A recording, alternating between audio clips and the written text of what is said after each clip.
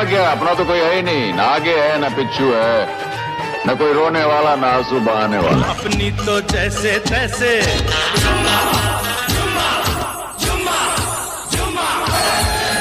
कर लो बात। अरे बाबूजी ऐसी इंग्लिश आवे दैट आई कैन लीव अंग्रेज बिहाइंड। अमिताभ बच्चन और रेखा दो ऐसे सितारे हैं जिन्हें पर्दे पर एक साथ देखना दर्शक बेहद पसंद करते थे। एक समय था जब यह हर फिल्म मेकर की पहली पसंद हुआ करते थे, इसलिए अधिकतर निर्माता निर्देशक इन्हें बतौर कपल अपनी फिल्म में लेना चाहते थे। इतना ही नहीं, इनके अफेयर की खबरें भी लगातार चर्चा में रहती थीं। बाद भी दोनों की राहें आखिर क्यों हो गई जुदा, चलिए जानते हैं।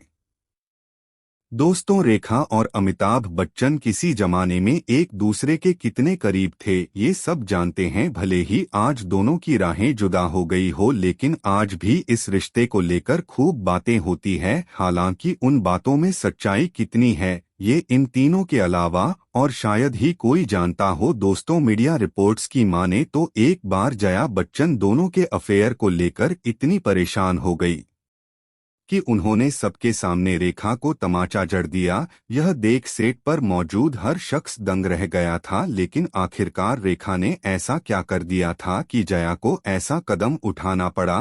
तो दोस्तों, आज के इस वीडियो में हम आपको उसी कहानी के बारे में बताने जा रहे हैं, तो बने रहिए हमारे साथ इस वीडियो के अंत तक। दोस्तों, अमिताभ बच्चन और रेखा की प्रेम कहानी फिल्म दो अनजाने के सेट पर शुरू हुई थी और तब तक अमिताभ बच्चन की शादी हो चुकी थी। कहा जाता है कि इश्क में हारे अमिताभ और रेखा चुपचाप रेखा के फ्रेंड के बंगले पर मिला करते थे। काफी समय तक अमिताभ बच्चन और रेखा के अफेयर की किसी को कानों कान खबर नहीं हुई। मामला तब सामने आया जब फिल्म गंगा की सौगंध की शूटिंग के दौरान रेखा का एक कोई स्टार उनके साथ गलत व्यवहार कर रहा था। अमिताभ बच्चन से यह देखा नहीं गया और उन्होंने अपना आपा खो दिया। सेट पर मौजूद लोगों को अमिताभ बच्चन की इस हरकत से यह अंदाजा हो गया कि अमिताभ बच्चन और रेखा के बीच कुछ चल रहा है। इसके बाद से अमिताभ बच्चन और रेखा की प्रेम कहानी की खबरें सुर्खियों में आने लगी। हालांकि दोनों इस बात से इनकार करते रहे, लेकिन मीडिया में भी उनके अफेयर्स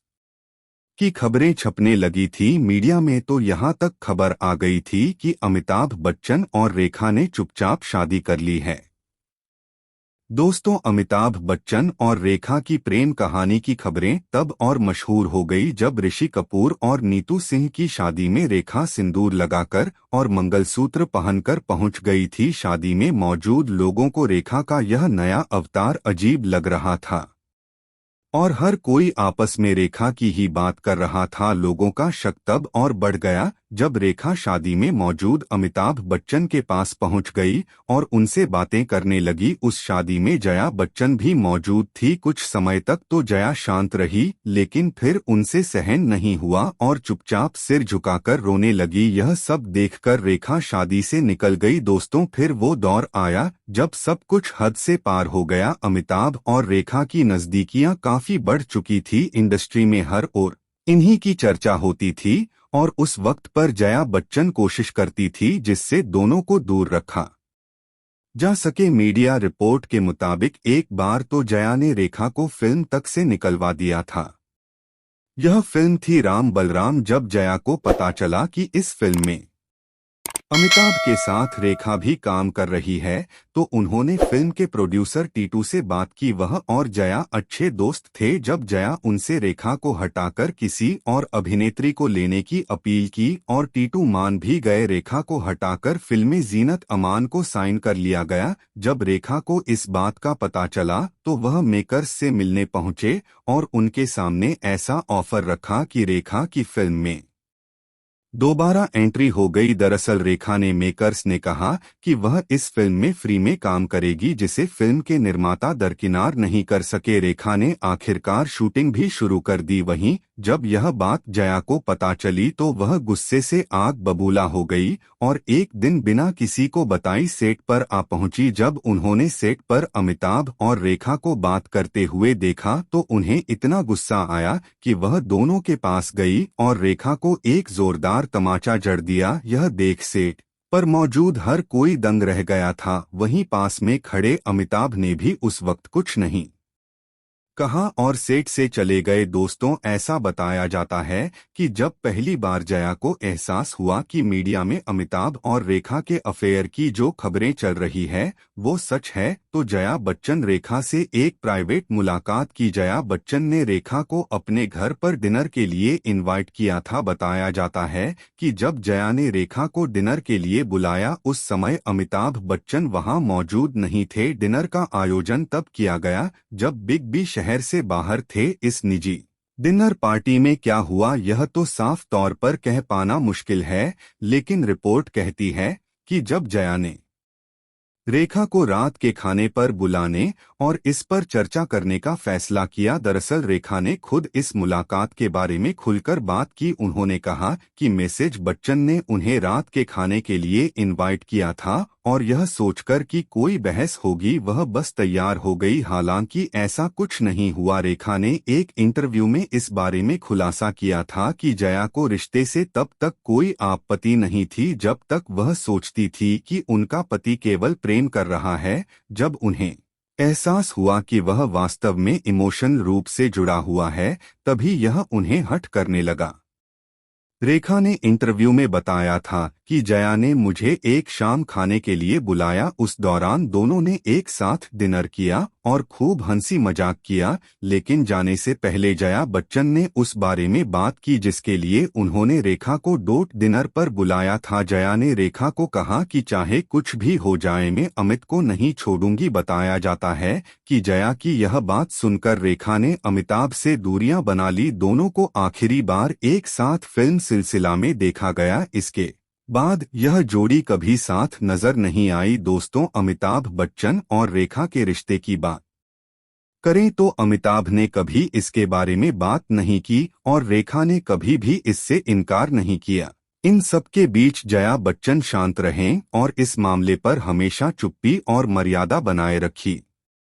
वैसे दोस्तों, जो लोग मानते हैं कि अमिताभ और रेखा का अफेयर सिर्फ अफवाह थी, उन्हें यासिर उस्मान की किताब रेखा कैसी पहेली जिंदगानी पढ़ना चाहिए। इस किताब में रेखा की जिंदगी के हर पहलू के बारे में लिखा गया है। इस किताब में जिक्र है कि रेखा फिल्म के सेट पर इस तरह से बर्ताव करती थी जैसे वह अमिताभ बच्चन की पत्नी हो। यासिर उस्मान ने अपनी किताब में उमराव जान के डायरेक्टर मुज़फ़्फ़र अली की बातों का जिक्र किया है, जिससे लगता है कि रेखा खुद को अमिताभ बच्चन की पत्नी मानती थी। वो किसी शादीशुदा महिला की तरह बर्ताव करती थी। मुज़फ़्फ़र अली ने बताया कि दिल्ली में उमराव जान की शूटिंग के वक्त अमिताभ बच्चन अक्सर सेट पर आते थे। उन्हें देखकर रेखा काफी नर्वस हो जाती थी, मानो कोई चलती फिरती लाश हो। अमिताभ एक फैमिली मैन है, इसलिए कभी भी रेखा को रूप में स्वीकार नहीं कर पाई जैसा भी चाहती थी। मुज़फ़्फ़र अली ने खुलासा किया कि रेखा कभी अमिताभ का नाम नहीं लेती थी, बल्कि किसी शादीशुदा महिला की तरह इन्होंने इनको जैसे संबोधनों से बुलाती थी। इससे लोगों को लगने लगा था कि रेखा खुद को अमिताभ बच्चन की पत्नी मानती है। रेखा और अमिताभ बच्चन के साथ सेट पर मौजूद कई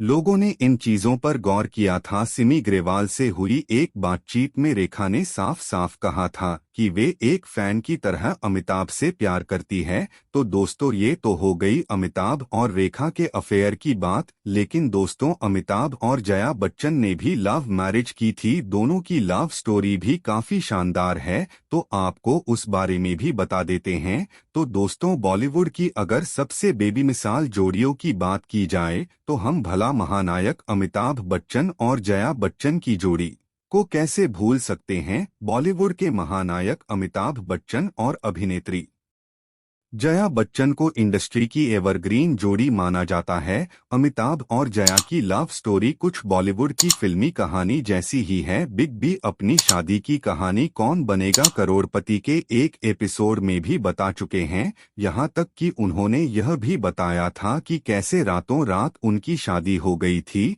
और इसकी वजह बनी थी एक लंदन ट्रिप। यह बात उन दिनों की है जब जया ने हायर सेकेंडरी पास करने के बाद पुणे के फिल्म इंस्टीट्यूट में एडमिशन लिया था। हालांकि वो तब तक अपना फिल्मी सफर शुरू कर चुकी थी। बस इसी इंस्टीट्यूट में जया ने पहली बार अमिताभ बच्चन को देखा था। अमिताभ वहां आया करते थे क्योंकि उस वक्त वह स्ट्रगल कर रहे थे। वैसे इस बात पर अमिताभ ने कहा था कि उन्होंने जया को एक मैगजीन के कवर पेज पर से ही पसंद कर लिया था। दरअसल उन्हें एक ऐसी लड़की चाहिए थी जो ट्रेडिशनल भी हो और मॉडर्न भी हो, और इन दोनों में ही जया उन्हें बिल्कुल परफेक्ट लगी। अमिताभ को खासकर उनकी आंखें बहुत पसंद आई थी। इसके बाद सबसे पहले अमिताभ और जया ने एक फिल्म बंसी बिरजू में एक साथ काम किया। इस फिल्म के बाद आई थी जंजीर। उस दौर में कई मशहूर एक्ट्रेस ने अमिताभ बच्चन के साथ काम करने से मना कर दिया था क्योंकि उस वक्त वो एक फ्लॉप एक्टर माने जाने लगे थे। तभी जया ने इस फिल्म के लिए हामी भर दी थी और बस यहीं से शुरू हुआ जया और अमिताभ की जिंदगी का एक खूबसूरत अध्याय। अमिताभ ने तय किया था कि अगर उनकी फिल्म जंजीर बॉक्स ऑफिस पर कमाल दिखाती है तो वह अपने कुछ दोस्तों के साथ लंदन जाएंगे। अमिताभ इससे पहले कभी लंदन नहीं गए थे। उनके दोस्तों में जया भी शामिल थी और आखिरकार फिल्म जंजीर ने बॉक्स ऑफिस पर कमाई के सारे रिकॉर्ड तोड़ दिए और यह फिल्म सुपर डुपर हिट हुई। लेकिन जब अमिताभ के पिता हरिवंश राय बच्चन को उनके लंदन जाने की बात पता चली तो उन्होंने अमिताभ को टोक दिया। उन्होंने कहा कि वह शादी किए बिना जया के साथ लंदन नहीं जा सकते। इसके कारण ही दोनों ने जल्द ही शादी करने का फैसला लिया, जिसके बाद दोनों 3 जून 1973 को शादी के बंधन में बंध गए और उसके अगले ही दिन दोनों हनीमून के लिए लंदन चले गए। और आज यह जोड़ी बॉलीवुड की सबसे खूबसूरत जोड़ियों में गिनी जाती है। अमिताभ बच्चन और जया की जोड़ी को फैंस ने खूब पसंद किया। साथ में इस जोड़ी ने बॉलीवुड की कई हिट फिल्में दी। लेकिन शादी के बाद जया बच्चन ने फिल्मी दुनिया से दूरी बना ली। हालांकि कई साइड रोल में जया बच्चन को देखा गया, वहीं अमिताभ आज भी कई फिल्मों में नजर आ जाते हैं। लेकिन दोनों की जिंदगी का सबसे खराब समय वही रहा है जब रेखा और अमिताभ बच्चन का अफेयर रहा। वैसे दोस्त जया बच्चन के बारे में कहा जाता है कि वह काफी गुस्सैल है, लेकिन असल में उन्हें कुछ बीमारी है। इसका खुलासा खुद उनके बेटे अभिषेक और उनकी बेटी श्वेता कर चुकी है। कुछ साल पहले करण जौहर के चैट शो कॉफी विद करण में श्वेत और अभिषेक बच्चन ने बताया था कि उनकी मां को क्लॉस्टेरोफोबिया नाम की बीमारी है। यह एक ऐसी मानसिक स्थिति है जिसमें इंसान अचानक भीड़ को देखकर परेशान हो जाता है। कई बार तो उसे गुस्सा आता है या फिर वह बेहोश भी हो सकता है। ऐसी अवस्था अक्सर लोगों को बाजार में भीड़ वाले वाहन में या लिफ्ट में महसूस होती है। श्वेता ने यह भी खुलासा किया कि जया बच्चन को भीड़ देखकर परेशानी होती है। उन्हें यह बिल्कुल पसंद नहीं है कि कोई धक्का दे या फिर टच करें। इसके अलावा कैमरे का फ्लैश आंखों में पड़ने से भी उन्हें परेशानी होती है।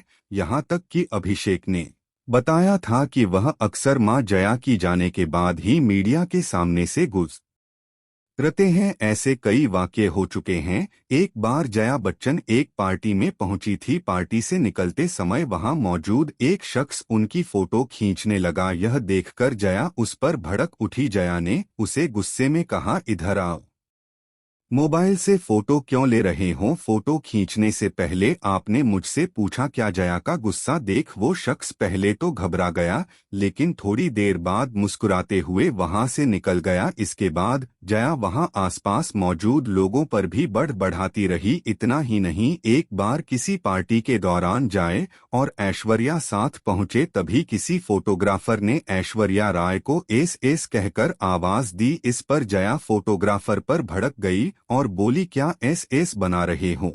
ऐश्वर्या अभिषेक बच्चन जया बच्चन के इस तरह के बर्ताव के कई वीडियो सोशल मीडिया पर वायरल है, जिनमें उन्हें भड़कते हुए साफ देखा जा सकता है। इतना ही नहीं, कई बार तो जया बच्चन मीडिया पर भी भड़क चुकी है। यही वजह है कि जया बच्चन अक्सर अपने परिवार के साथ नजर तो आती है, लेकिन कैमरे पोज देने से ज्यादातर कतराती है। वैसे दोस्तों, आपको जाने से पहले रेखा के बारे में भी कोई जानकारी बता देते हैं। दोस्तों, रेखा ने अपने पूरे जीवन में काफी स्ट्रगल किया है। रेखा का जन्म चेन्नई में 10 अक्टूबर 1954 को हुआ। आपको जानकर हैरानी होगी कि रेखा के जन्म के समय उनके माता पिता की शादी नहीं हुई थी और इस कारण उनके पिता ने रेखा को कभी अपनी बेटी नहीं माना। रेखा की मातृभाषा तेलुगु है, लेकिन वे हिंदी, अंग्रेजी और तमिल भी बहुत अच्छी तरह बोल लेती है। घर की स्थिति अच्छी न होने की वजह से उन्होंने पढ़ाई को छोड़कर बॉलीवुड की दुनिया में कदम रखा। अपने 40 साल के करियर में रेखा ने लगभग 180 से ज्यादा फिल्मों में अपनी दमदार एक्टिंग से लोगों को अपना दीवाना बनाया है।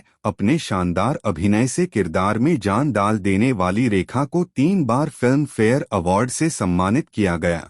अपने फिल्मी करियर के दौरान कई बार उन्हें निराशा का सामना भी करना पड़ा, लेकिन कभी हिम्मत नहीं हारी। रेखा ने अपने करियर की शुरुआत 1966 में रिलीज हुई फिल्म रंगूला रत्नम से की और 1969 में रिलीज हुई उनकी फिल्म अनजाना सफर से उन्होंने बॉलीवुड में कदम रखा। एक्ट्रेस रेखा और अमिताभ बच्चन की जोड़ी ने एक साथ बहुत सारी फिल्मों में तहलका मचा दिया था। दोनों की जोड़ी को दर्शकों ने खूब पसंद किया। खून पसीना, मुकद्दर का सिकंदर, राम बलराम जैसी हिट फिल्मों से वह बॉक्स ऑफिस में टॉप पर रही। फिर इन दोनों के बीच अफेयर की बहुत अफवाहें उड़ी, लेकिन इन अफवाहों को नजरअंदाज करके अमिताभ ने हिंदी फिल्मों की मशहूर एक्ट्रेस जया भादुड़ी से शादी कर ली। फिर साल 1990 में रेखा ने दिल्ली के एक बिजनेसमैन मुकेश अग्रवाल से शादी कर ली, लेकिन रेखा की किस्मत में शायद उनका प्यार नहीं लिखा था। एक रात रेखा के पति ने खुद को फांसी लगाकर आत्महत्या कर ली। उन्हीं दिनों देखा और विनोद मेहरा की शादी की अफवाह भी उड़ी, लेकिन रेखा ने इन बातों का खंडन करते